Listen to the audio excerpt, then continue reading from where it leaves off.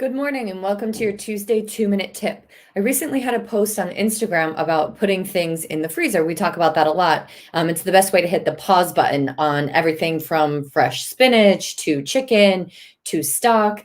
And somebody commented about freezing things in glass jars, which I do all the time. I like mason jars. You can see this just came out of my freezer. These are also wide mouth mason jars.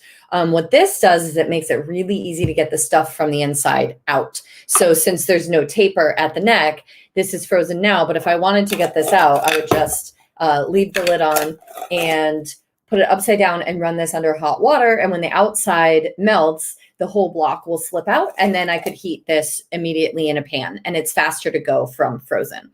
So a couple things to notice about on my computer. A couple things to note about freezing things in glass. Glass can break in the freezer, but it's really super safe to do it as long as you account for expansion. So liquids expand when they freeze.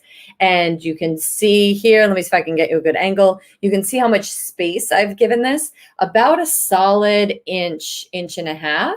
And you can actually see where it like expanded up into this little mountain when it froze. So if you put the lid on really tight without any space, it will break through the glass. So just leave it a little bit of space and you're good to go. It's unlikely to break from being banged around or, bumping up against other things. You don't have to worry about that. It's really just expansion. The other thing is you wouldn't want to like pop this into a pot of boiling water or anything. That's why I just run it under the faucet in the sink. And it's hot enough to help melt the edges, but not so hot that it'll help it break. Also, what's missing from here? I know what this is, but if I put this in my freezer and go back 6 months later, I might forget. Honestly, it would be hard to know if this was vegetable stock or chicken stock. So no matter who you are, no matter how many times you've done this, you will forget what's in it. So before it's all icy, you want to make sure to put a label on it. This is how we do it in the restaurants and catering. This is just blue painter's tape. It's by far the best. Get one roll of this and just put a little label on there. Use a Sharpie.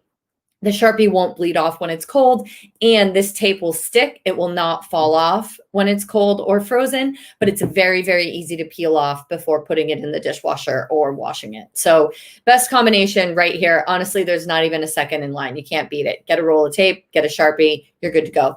But if you try to put it on now that it's frozen, it will just peel off. So it's really important that you have to put it on first. So freeze in jars, it's great. I have these cool plastic lids. You don't really need these. They do last a really long time, but they're plastic. So, maybe you want to just use the lids that it comes with. But do look for, they're called wide mouth. Do look for the wide mouth jars. Definitely helps get your things out of there. Blue tape, Sharpie. Happy freezing.